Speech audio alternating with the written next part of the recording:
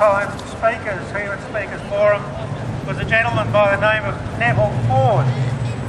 He's a very good speaker, particularly on scientific topics. He is very methodical in his deliberations on particular aspects of the discussions in hand, and he's sadly missed.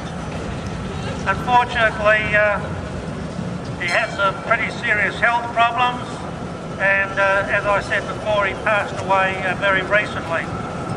So RIP to Neville Ford. But as I was saying, Speakers Forum's been operating here for several decades, and we always welcome new participants, new speakers to have their say on subjects that take their interest, and would like to share their intuition with those people who happen to be listening. I just might mention, it's obviously been in the news a lot, but Osama Bin Laden has apparently been killed. I thought he had died several years ago in actual fact.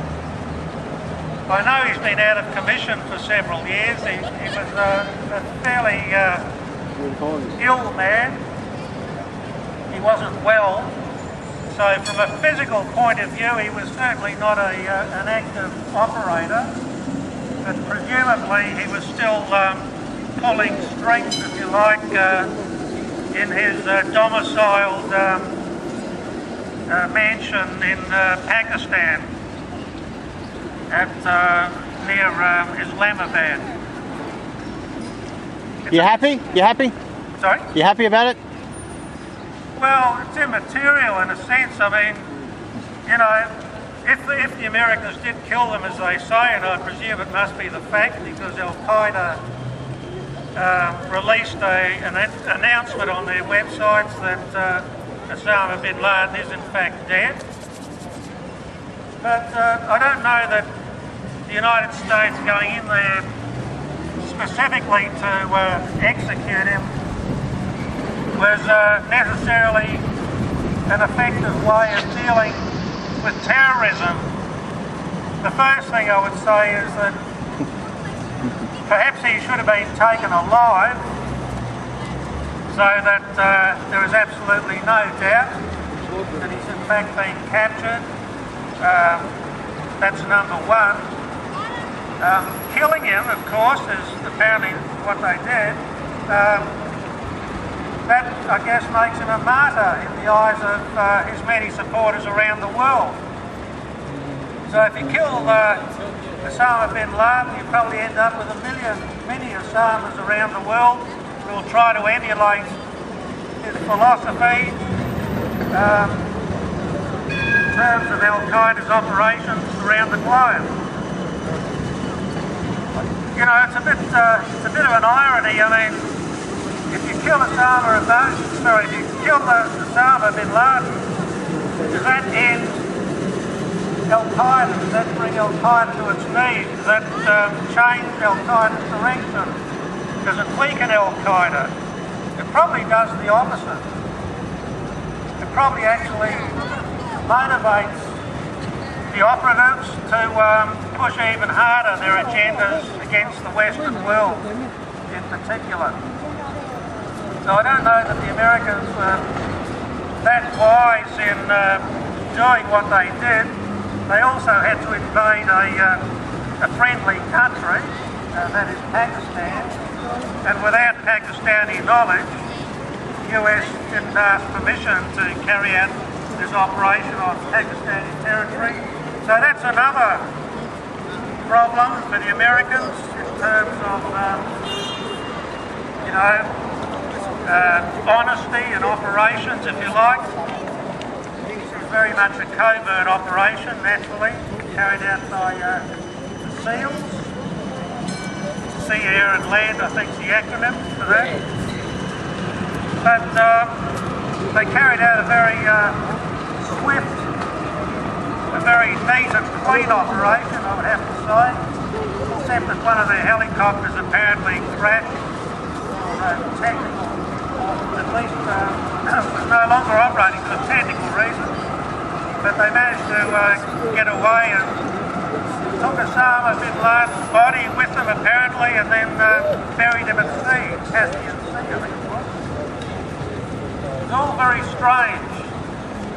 But one of the reasons for it, particularly, may be that President Obama, of course, is seeking re-election, not too far away, and this action in eliminating Osama Bin Laden could be partly to do with re-electoral prospects, as opposed to a serious assault in terrorism. I mean, Osama Bin Laden has been living at his compound apparently for 5 years. 5 years. He's been living in the one spot. Well, that's a big mistake to start off with. I mean, Osama Bin Laden obviously is not a well man, so he can't travel around freely as much as, say, an able-bodied person. So being domiciled in one location for 5 years, eventually he's going to be found out, whether it's by Pakistani intelligence services or US intelligence service or a combination of both. But it is strange that the Pakistani government or intelligence agencies knew nothing about Osama Bin Laden's location, which the location being near a military establishment of all things. So it's very odd. But Osama Bin Laden's demise is really a non-issue.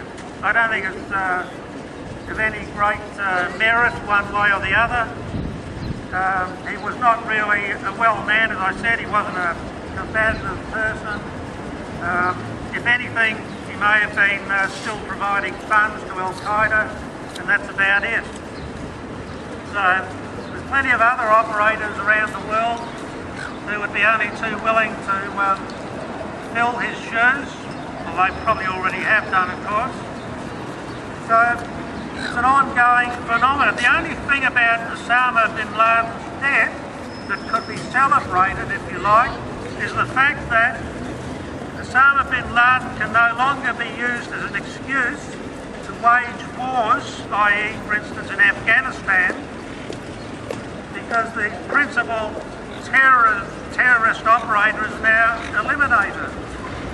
Well, if he's eliminated, like the Americans say, then that's one reason less for sending troops or maintaining troops in Afghanistan.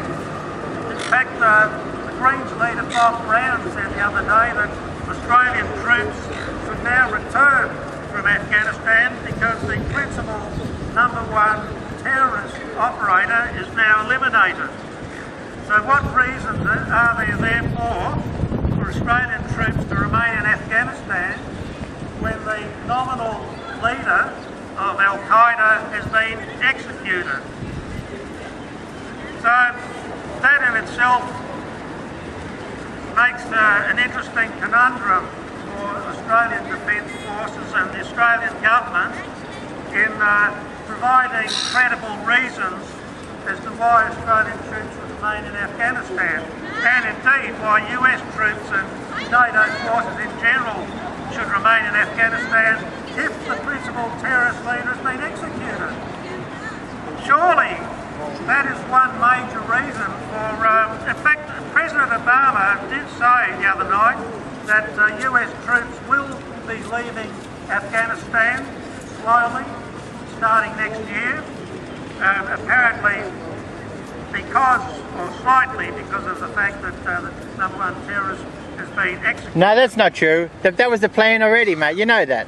Well, they had that was the plan already to withdraw next year. That's right. So don't make it sound like they're expediting the withdrawal because of the death. Reinforcing his agenda. No, it's unchanged. It's not reinforcing it necessarily.